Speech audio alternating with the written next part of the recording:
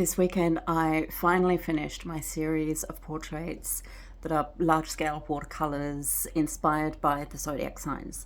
And then immediately got really inspired to get back into my textile work, which, as an artist, there are a lot of people out there who are going to say, well, you have to niche, you have to choose one medium, you shouldn't get distracted, you need to finalize that one project. But here's the thing, I've been able to identify as an artist how my own creative ecosystem works. And the mediums that I work with and the creative process that I go through, it makes sense in the way that I'm working with energy. And I find that my portrait work has always been about seeing and reading energy and translating it into form, but then going through the process of alchemizing that within myself. And then I pour that into the textile artworks that I do.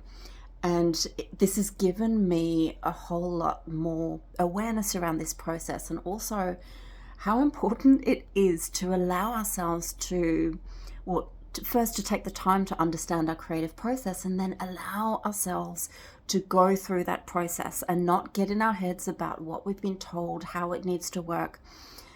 And I think that there was a part at the beginning of the week where I thought I was getting in my own way, where I was like, well, instead of finishing off this series and like wrapping it all up, getting the artworks photographed and framed and creating a strategy to launch and all that stuff, I was doing textiles instead.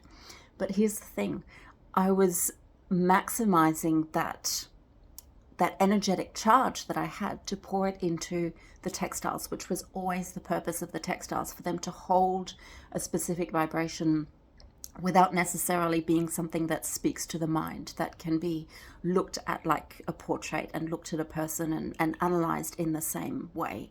So I'm just sharing that in case you're creative as well and you have these weird quirky things that you do as part of your creative process and you're making yourself wrong. Stop making yourself wrong.